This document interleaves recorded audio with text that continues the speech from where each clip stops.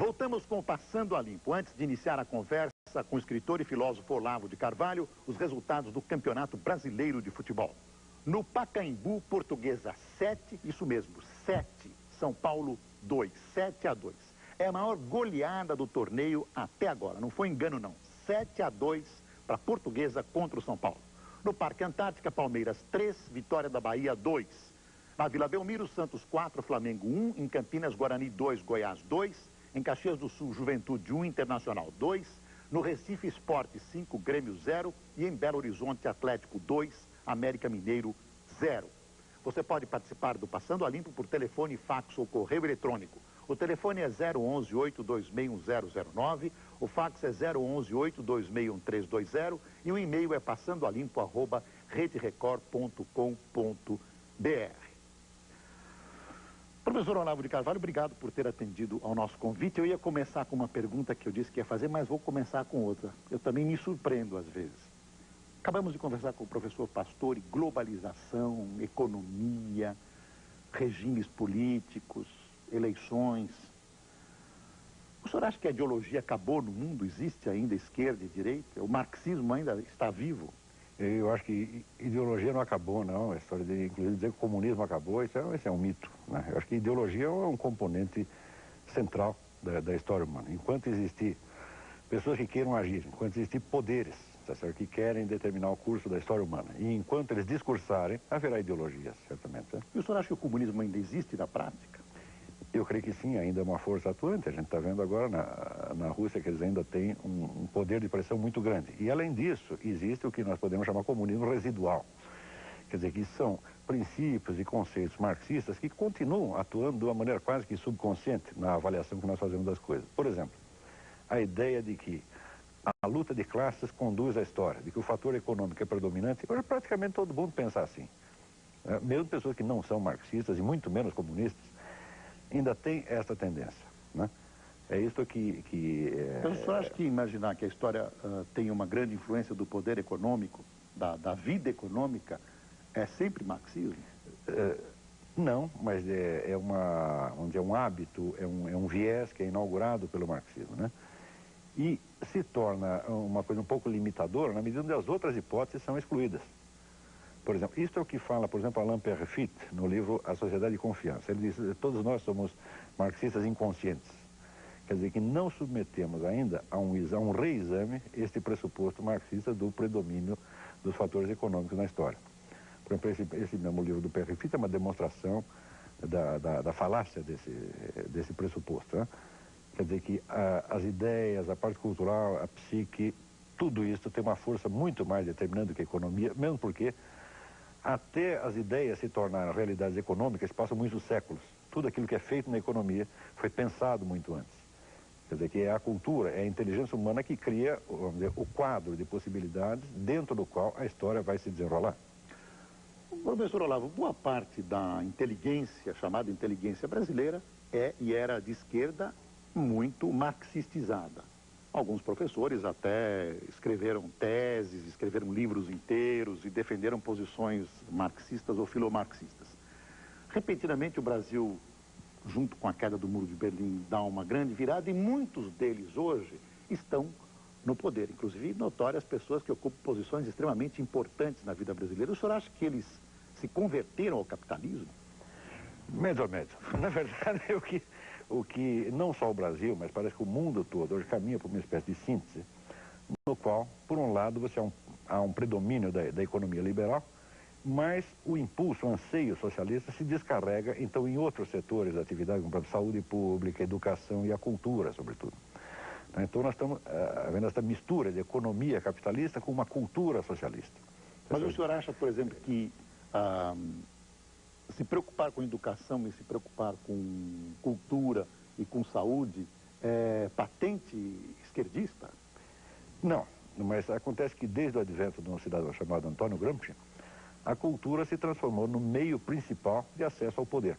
Quer dizer, de acordo com a teoria de Gramsci, que teve uma influência muito grande na esquerda brasileira, toda a cultura é transformada num instrumento da política. E quando se fala de cultura, se inclui também a educação, as artes, a assistência psicológica, tudo isto Então, é englobado dentro de uma estratégia política geral.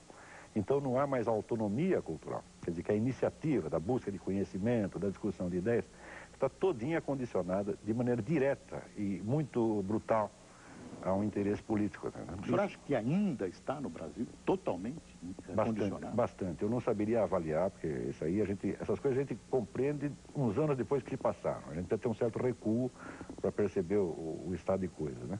Então, acho prematuro para falar isso no Brasil agora. Mas até uns 5 ou 6 anos atrás, a coisa estava...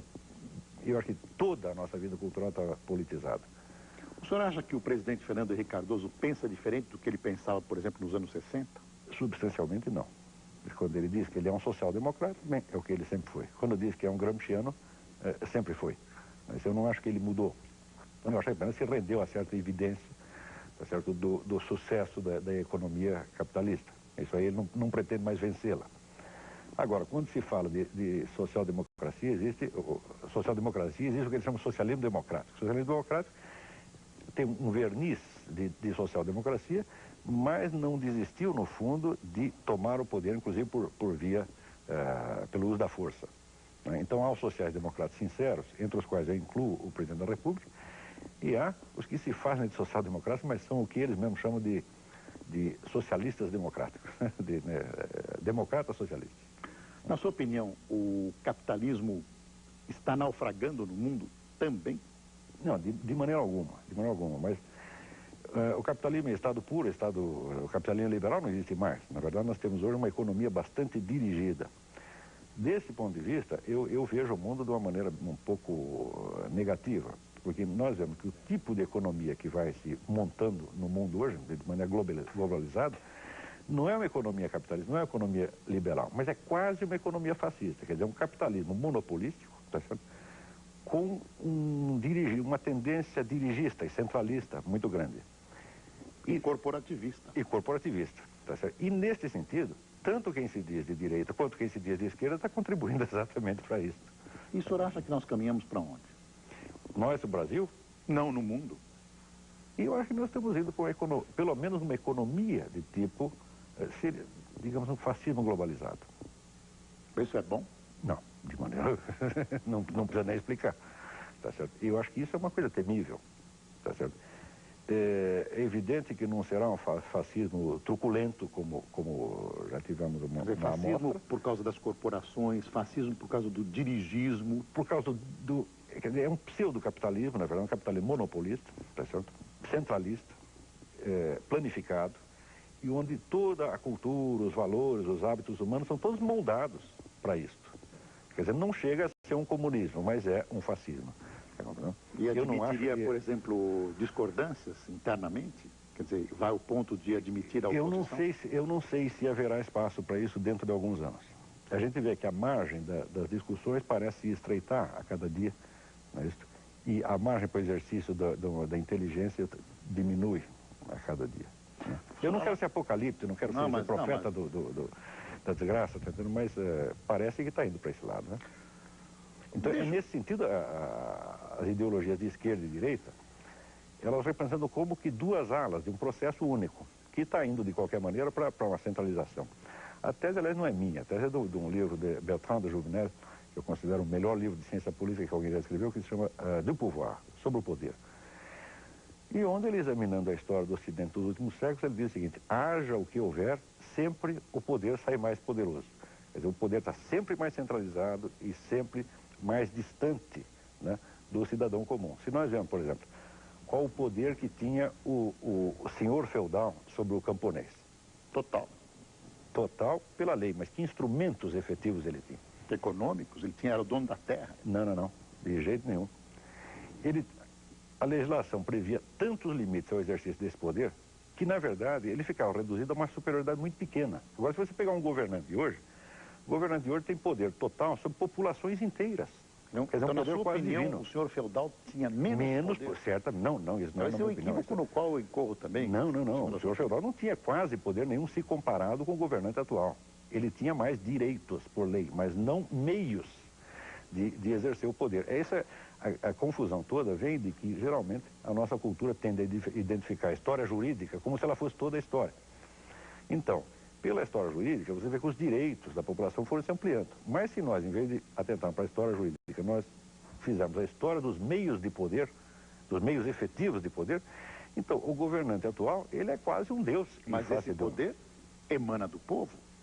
Teoricamente, mas na prática, nós sabemos que o problema não é esse. Por exemplo, os governos atuais, todos os governantes, não só os governantes, como as grandes empresas, têm meios de produzir a opinião pública. Não é isso? Estes meios, por exemplo, seriam impensáveis para qualquer governante antigo. Júlio César não pensaria numa coisa dessa. O senhor fala em publicidade e propaganda? Eu vou lhe dar um exemplo. Quando Luís XIV quis formar o seu exército, ele teve que ir pessoalmente de cidade em cidade, pedindo, pelo amor de Deus, para que se alistassem. Tá certo?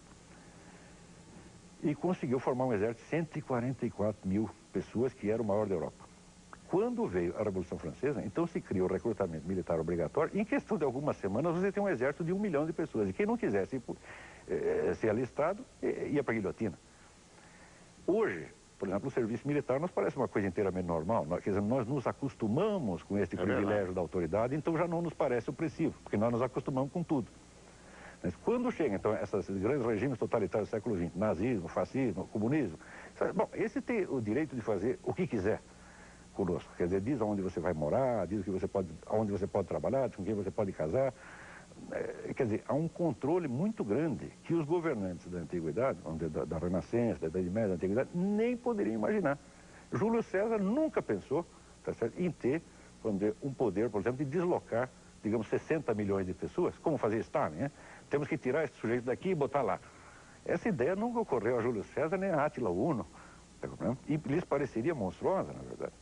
Professor, eu vou pedir um tempinho para o intervalo e nós voltamos daqui a pouquinho conversando com o escritor e filósofo Olavo de Carvalho. Até já.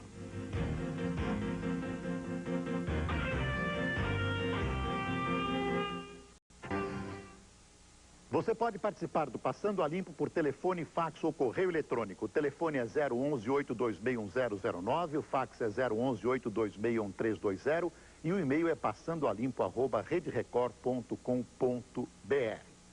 Professor, o senhor se envolveu em algumas vastas discussões sobre minorias. Por exemplo, a semana passada, ou retrasada, o senhor teve uma briga epistolar na Folha de São Paulo com a expressão está tudo negro, está preto, negritude. Como é que é isso, professor? O que acontece? Bom, ali acontece o seguinte, que houve uma entrevista do ministro da Cultura, Francisco Verfort, dizendo que o uso de expressões como denegrir e a situação está preta tem um fundo racista. O que isso é uma bobagem fora do comum, porque essas expressões não têm relação nenhuma com a cor da pele de quem quer que seja, porém, são expressões diretas da impressão de claridade e trevas, luz e trevas, que são impressões idênticas em todos os seres humanos. Tanto assim é que na própria cultura iorubá, o simbolismo das cores branca e preta é a mesma coisa, né? E eu duvido muito que o Chico Buarque, no samba dele, meu caro amigo, ao dizer que a coisa aqui está preta, ele estivesse se referindo a algum cidadão de raça negra. Ele está se referindo a um simbolismo primário, que é o da escuridão do cárcere. Mas a expressão judiar é uma expressão preconceituosa, ou não? Não, não necessariamente. Porque designa-se o mal que se faz a alguém. Esse alguém pode ser o próprio judeu. Quer dizer, quando diz judeu, a expressão não diz que quem judia é o judeu? Quer dizer, não é? Ao contrário, é tratá-lo como certas pessoas tratavam a um judeu. Veja, isso faz parte da própria natureza da linguagem. Toda a ciência linguística do século XX... Porque não é essa a interpretação que se dá hoje no Brasil. A palavra judiar estão forçando para dizer que isso é uma maldade feita por judeu. Não, maldade feita por judeu, feita contra o judeu. Olha, toda a ciência linguística do século XX prova que as palavras não têm significados fixos, grudados nelas de uma vez para sempre, mas que dependem sempre do contexto. Qualquer análise linguística tem que levar o contexto. Então você não pode dizer que tal palavra, tá certo? Ela tem conotação racista. Por definição, não existe conotação fixa. Quer dizer, a hora que chega um ministro da Cultura e diz isso tem uma conotação racista, ele está mostrando que não conhece a língua, não conhece os princípios elementares da linguística. Conotação fixa é absolutamente impossível, porque conotação é precisamente aquilo que o sentido de uma palavra tem de variável. Professor, a denotação pode ser fixa, mas a conotação, quer dizer, o valor associado, o valor subentendido, não pode ser fixo em hipótese alguma. Portanto, a mesma expressão pode ser usada com sentido racista ou com sentido não racista e até com o sentido contrário. Isso aí faz parte da mecânica natural da língua.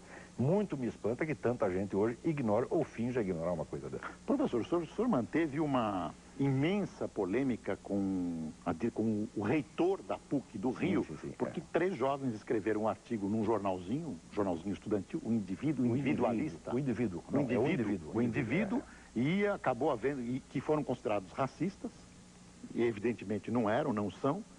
Pelo menos a expressão no artigo deles não era racista, a meu ver. Não era absolutamente. Mas a PUC aprendeu o jornalzinho. A posição que eles defendiam lá era exatamente a posição tradicional brasileira que nós recebemos de Gilberto Freire e Darcy Ribeiro. Quer dizer, o Brasil não é uma sociedade multicultural como a americana, mas é uma sociedade mista. Quer dizer, uma sociedade essencialmente mestiça.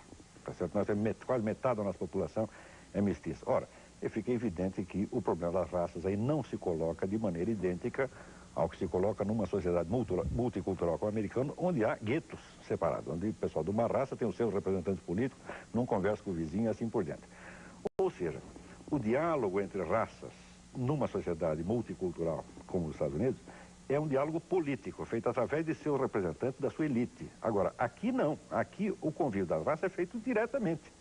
Para dizer como o rapaz do indivíduo, o editor do indivíduo, Pedro Sete Câmara, que é meu aluno, é para me entender, diz: o Brasil é o único país do mundo onde no programa árabe passa anúncio do programa judeu e vice-versa. É o único país do mundo onde o bairro árabe, por exemplo, no Rio de Janeiro, é o bairro judeu. Tá? E assim por diante. E a própria mestiçagem, quer dizer, se nós fôssemos realmente racistas, mas como é que conseguimos produzir 50% de mestiços? Né? Só se casaram com a pessoa de outra cor por vingança, para prejudicá-las, né? Tem pessoas que a gente pergunta contra quem ele vai casar, só se foi isso. E os nossos grandes escritores, nós tínhamos conversado antes do programa, Machado de Assis. Mas é exatamente, Machado de Assis, Cruz de Souza, veja, já eram Cruz de Souza, Gonçalves Dias, quer dizer, já eram glórias no século passado. Já eram Professor, nessa polêmica, que eu não sei se acabou e como acabou, o jornalzinho foi apreendido, eles apanharam... Não, houve inicialmente um ato de violência que juntaram 100 militantes, eu creio que insuflados em parte pela própria reitoria, tá certo? Ou se a reitoria não insuflou, pelo menos foi conivente, e avançaram em 100 contra 3, quer dizer, um negócio de uma valentia extraordinária, né? O que eles escreveram literalmente era mais ou menos que havia negros que haviam escravizado negros. Isso é um fato histórico conhecido, porque a escravidão na África, ela existiu durante 1000 anos. E, note bem, quando no século passado a Inglaterra proibiu o tráfico, reprimiu o tráfico, quem se rebelou contra? Foram os potentados africanos, negros, do Sudão, que lucravam com isso. E lutaram de armas em punho contra os ingleses para manter a escravidão. Ou seja, não só a libertação dos escravos, como a própria ideia de que as pessoas de todas as raças devem ter os mesmos direitos, esta é uma ideia da criação da civilização do Ocidente. Agora, o que não tem sentido é o seguinte: o movimento negro começou reivindicando que os negros pudessem desfrutar, em paridade com os brancos, dos direitos e benefícios criados pela civilização ocidental. Isso é a coisa mais justa do mundo e isso não se discute. Porém, a partir do momento onde começam a obter esses direitos, o que eles fazem?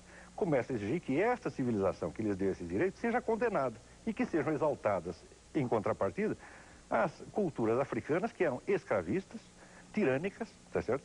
E na qual eles hoje não quereriam viver por nada deste mundo. Quer dizer, quem é que vai querer trocar a sua condição de cidadão brasileiro, de cidadão americano ou de cidadão inglês, tá certo? Para querer ser um súdito de um potentado sudanês, tá certo? Que pode escravizá-lo, vendê-lo.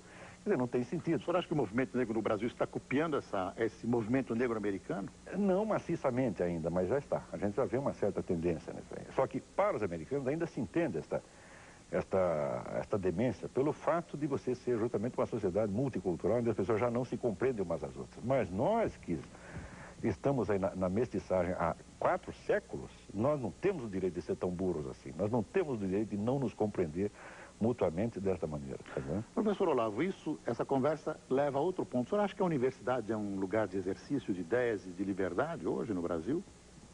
Bom, quem queira exercer a inteligência livremente não será impedido de fazê-lo, apenas não será estimulado. Tá, não será patrulhado? Como esses jovens? Eu creio que sim, Eu posso falar muita coisa porque eu não sou um membro da profissão universitária, eu sou um jornalista, tá certo? Mas eu vejo amigos meus que são professores universitários eles se sentem muito vigiados e patrulhados. Entendeu? E a toda hora eu escuto a seguinte frase: ah, se eu dissesse essas coisas que você diz, eu já teria perdido meu emprego há muito tempo. Agora eu não posso perder meu emprego porque eu não o tenho. Mas Quem patrulha? os colegas... Mas por quê? Baseados no quê?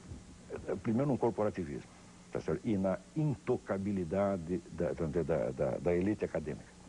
É curioso porque é a elite acadêmica mais vagabunda, mais baixa do mundo e a mais pretensiosa. A brasileira? A brasileira, certamente, porque se você pegar, por exemplo, o anuário da Enciclopédia Britânica, todo ano sai a lista dos prêmios científicos dados no mundo inteiro, tá certo? Nunca vi um brasileiro nessa lista. Ou seja, a produção científica e intelectual dessa gente é absolutamente ridícula, não tem peso no mundo, quer dizer, não tem autoridade nenhuma para falar, não são nada. E justamente por não ser nada, então fica se apegando, né, a este formalismo, a esta coisa boba, tá certo? Que as pessoas verdadeiramente grandes nunca tiveram. Um Gilberto Freire nunca teve isso, um Miguel Reale nunca teve isso. Você acha que a elite universitária não é muito parecida com a própria elite brasileira? Ah, certamente, certamente. É um pessoal profundamente complexado. Né? Quer dizer, uma elite complexada que tem que se defender do intruso, como se fosse uma ameaça. O intruso, o senhor diz que é o estrangeiro para a elite? Não, qualquer pessoa que queira opinar sobre o que quer que seja sem pedir o aval desta classe. Então, o senhor não vê liberdade na universidade brasileira? De maneira efetiva, não. Existe uma liberdade formal. Mas a liberdade igual a formal, americana, por exemplo, ou não? A liberdade formal não basta. É preciso também a condição real do exercício daquilo. Mas, quer dizer, se você diz, todos aqui têm liberdade de falar o que quiser, tá certo? Mas você tem uma pauta já predeterminada de assuntos, tá certo? E qualquer assunto fora disso, ninguém presta atenção, não adianta, é a mesma coisa que você não ter a liberdade de falar. Né? Professor, eu vou fazer mais um intervalo e depois nós voltamos com as perguntas dos nossos telespectadores. Até já com o professor Olavo de Carvalho.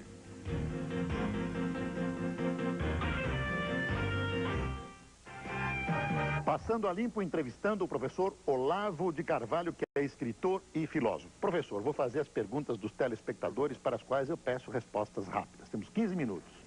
Olivier Joles, de São Paulo, pergunta: se o papel dos governantes, se o poder dos governantes é tão grande hoje, como explicar o caso Bill Clinton, Mônica Lewinsky? Bom, em primeiro lugar, o poder não é de cada governante em particular, mas do establishment, do sistema, do qual Bill Clinton não é senão um pequeno funcionário. Em segundo lugar, casos semelhantes de governantes que foram desmoralizados e derrubados por causa de conduta sexual irregular, isso aconteceu durante toda a história, tá certo? Houve o famoso caso de Canossa, onde o Papa obrigou um governante, aí praticamente um rei, aí praticamente de joelhos, pedir perdão por uma conduta irregular. Isso aí não é uma novidade. Mas a novidade é apenas o trâmite, a coisa complexa, quer dizer, fica 2 anos discutindo o assunto, né, por causa da mídia. Mas isso não quer dizer que o governo americano não tenha muito mais poder do que qualquer governante da antiguidade. Pessoalmente, o senhor acha importante que o Clinton seja uma pessoa sexualmente ilibada? Não, pessoalmente, quer saber, eu acho isso... Será que esse caso interessa? Acho isso ridículo, tá entendendo? Se fosse aqui no Brasil, todo mundo resolveria isso com uma risada. Né? Um belo elogio. E isso, veja, esta tolerância maior, essa é uma das características da nossa cultura, da qual nós temos que nos orgulhar. E é justamente esta tolerância maior que permite um convívio melhor entre raças, entre pessoas diferentes. Quer dizer, nós, em vez de valorizarmos aquilo que é bonito, que é glorioso na nossa cultura, que é invenção nossa, nós ficamos copiando erros de americanos. Não tem sentido, eles não têm nada para ensinar a nós, nem com relação a isso aí, né, como julgar um governante, e nem com relação ao problema de raças. O Nivaldo Cordeiro tem uma pergunta que não se perca pelo sobrenome, ele é economista. O que o professor recomendaria para um cidadão comum atomizado para resistir a esse processo de dominação das grandes corporações e do Estado? Nivaldo Cordeiro. Ele está referindo ao indivíduo. Ao indivíduo. O que um cidadão comum atomizado pode fazer para resistir a esse processo de dominação das grandes corporações? Bom, eu acho do ponto de vista da preservação da sua alma individual, da sua psique, tá certo? Eu acho que a grande defesa contra todo esse processo massificante está nas velhas tradições religiosas. O cristianismo, o islamismo, o judaísmo. Aí você tem um patrimônio de conhecimentos interiores da humanidade, onde não há massificação ou globalização que possa entrar. Quer dizer, existe um domínio dentro do ser humano que é um domínio secreto, íntimo, no qual nenhum governante pode entrar. Você tem que tentar se instalar neste neste centro de si mesmo, e para isso o guiamento é encontrado nos grandes sábios místicos das tradições antigas. Mas isso só do ponto de vista da alma individual, não estou falando em termos globais, políticos, né? O Cristiano Mestriner Rodrigues, que é um economista, pergunta que fim levou o caso dos estudantes da PUC do Rio no que tange as acusações que lhes foram imputadas sobre racismo. Depois ele pergunta qual a sua opinião sobre o movimento negro, que você já deu. Né? Bom, o que deu lá foi o seguinte: o reitor da PUC, o padre Jesus Hortal, afinou. Porém, afinou de uma maneira um pouco hipócrita, porque ele tinha feito as acusações num documento oficial da reitoria, e anunciando que ia puni-los. Depois, retirou as acusações e disse que desistia de puni-los, porém fez isso numa declaração à imprensa, sem cunho oficial. Isto não me parece uma conduta honesta. Aliás, eu já disse tudo o que eu pensava desse cavaleiro, né? E lamento que, pelo cargo, seja necessário chamá-lo de Vossa Excelência, porque eu não vejo excelência alguma ali. Tem a excelência do cargo, evidentemente. Mas a pessoa agiu muito abaixo do que se espera. Você espera retidão, clareza de palavras, tá certo? E não uma ameaça, uma bravata dessa de que você junta uma universidade inteira, quer dizer, uma reitoria, mais 2 a 3 organizações militantes, tudo para ameaçar 3 garotos. Mas, e depois, você ainda se intimida por ver que falou uma besteira, em vez de confessar e de declarar oficialmente: olha, não há punição, não há crime, não há nada, não, apenas declara à imprensa, mas não assina embaixo. Isso não está certo. O Ricardo Martins, que está nos assistindo no Chile, eu não estou entendendo o nome da cidade, Iquique. Ele é um brasileiro que vive há 3 anos no Chile. Ele pergunta: ele não acha que o problema brasileiro vai muito além disso, se não falta vergonha na cara por parte dos políticos brasileiros? Mas não tem, é claro que vai muito além disso. Apenas, tá certo? Eu responderia como Ortega, que outros façam o seu mais, como eu faço o meu menos. Quer dizer, o meu setor é assim, é a cultura, a vida intelectual. Então eu me limito a falar daquilo que eu entendo e que é, vamos dizer, o meu território. Não venha pedir para mim um modelo de Estado, uma solução para o Brasil no século XXI. Eu não tenho nada disso. Mas hoje em dia todo mundo tem, né? Quer dizer, todo mundo tem uma solução, tem uma fórmula de mundo, né? Uma forma de universo. Eu não tenho nenhuma. Eu apenas estou me referindo, vamos dizer, a problemas óbvios, quer dizer, sem nenhuma tentativa de enfocá-los globalmente, mas problemas que isoladamente chamam a atenção e que denotam no Brasil uma decadência da inteligência humana, uma decadência cultural verdadeiramente alarmante. Quer dizer, porque não é decadência da cultura, é decadência da consciência. Uma dificuldade que as pessoas, que a elite intelectual está tendo para inteligir, para entender o que se passa. E na medida que não entende, cai no emocionalismo barato, no facciosismo, tá entendendo? E no moralismo atroz. Tem uma pergunta longa aqui, interessante. O Bruno Bockman Moreira que nos manda. Professor Olavo de Carvalho, primeiramente meus cumprimentos pelos artigos que tenho lido do senhor na Revista República, Revista Bravo, Jornal Folha de São Paulo. Acerca de artigo recentemente publicado na Folha, contestando a imaginada demonstração de racismo contido em expressões como, por exemplo, a coisa está preta. Pergunto porque geralmente só com relação à raça negra se descobrem supostas intenções preconceituosas. Até que ponto pode-se afirmar que existe preconceito e racismo no Brasil, partindo-se da definição desses 2 vocábulos feita por Wilson Martins há algumas semanas no artigo semanal que escreve? O senhor despreza a filosofia marxista? Nada se salva nela?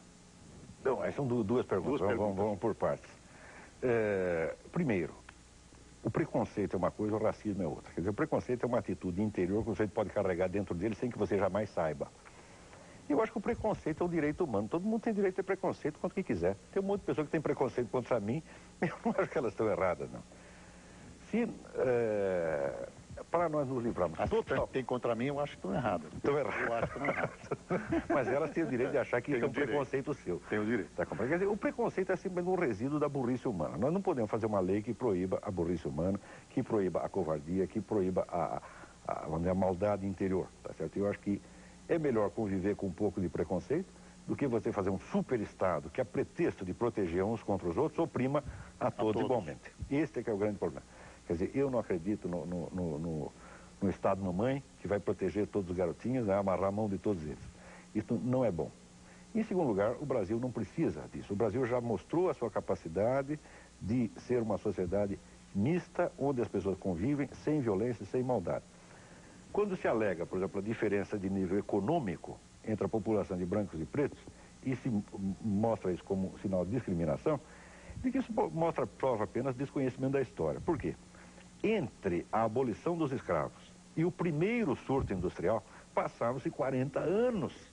E durante esses 40 anos, a população negra liberta foi se multiplicando. E não havia emprego para eles. Portanto, não foi que ninguém decidiu jogá-los fora, simplesmente não havia onde colocá-los. Isso nunca foi resultado de uma perseguição intencional. Porque se houvesse realmente ódio racial no Brasil, não haveria o nível de miscigenação que existe. O Mário Lopes, de São José dos Campos, São Paulo, pergunta: a psicanálise se tornou a principal ideologia da sociedade capitalista ocidental, sobretudo após o declínio do marxismo nos anos 60. Gostaria de saber como você enfoca o auge da ideologia psicanalítica, o que permitiria sua penetração na chamada inteligência e na mídia. Olha, essa questão da psicanálise aí precisaria de tempo para discutir. Eu nunca levei muito a sério a psicanálise pelo fato de privilegiar de tal maneira o inconsciente do indivíduo, que esse inconsciente parece ter uma individualidade própria. Se você diz que uma parcela sua é inconsciente, isso significa precisamente que ela não passou pela filtragem da sua consciência. Em que medida você pode dizer que isto é uma parte da sua personalidade? Ou, ao contrário, isto é um resíduo impessoal, coletivo que está dentro de você? Portanto, eu não acredito que exista realmente um inconsciente pessoal nesse sentido. Quer dizer, cada um tem o seu inconsciente e o carrega aonde vai. Quer dizer, o inconsciente é justamente aquilo que não está personalizado no indivíduo. Você não acredita em psicanálise, é isso que você está dizendo? Em alguma coisa, sim. Por exemplo, eu acho que o método da catarse verbal, isso existe. O que não funciona é, primeiro, a definição que Freud dá do id, ego, superego como um sistema, tá certo? No qual a consciência não tem o predomínio. Isso aí eu não acredito de maneira alguma. E segundo, na teoria do predomínio do impulso sexual, também não acredito de maneira alguma. A gente vê, na maior parte dos casos, eu seguiria mais um grande analista chamado Igor Caruso, quando ele diz, com mais frequência nós vemos as pessoas reprimirem a sua consciência moral do que seus desejos sexuais. Olavo, respeitável amigo Olavo, pergunta o Sérgio Rabelo de Vitória, Espírito Santo, poderia falar algumas palavras sobre a astrologia tradicional como ponte de transformação do intelecto egocentrado para uma cosmovisão e espiritualização do homem? Bom, em primeiro lugar, a gente precisa ver que quando se fala de astrologia tradicional, você está se referindo à astrologia como sistema simbólico, mas, que é uma coisa que é universal e nada tem a ver com a prática astrológica divinatória que é corrente. O simbolismo astrológico está presente em toda parte e quem não o conheça não vai entender, por exemplo, a arquitetura gótica, a tapeçaria islâmica, não vai entender a Bíblia, não vai entender coisíssima nenhuma. Mas, como todo sistema simbólico, milenar, isso é uma coisa absolutamente indispensável, não só para você se conhecer a si mesmo, mas para entender a história humana. Professor Olavo, chegamos ao fim da nossa entrevista. Infelizmente, agora que nós começamos a esquentar e os telespectadores estão perguntando, eu vou passar às suas mãos também. Foi bom enquanto durou. Esse monte de perguntas. Espero tê-lo aqui em breve novamente. Se Deus Muito obrigado, quiser, professor. eu responderei. Muito obrigado. Boa noite e até domingo que vem com mais um Passando a Limpo.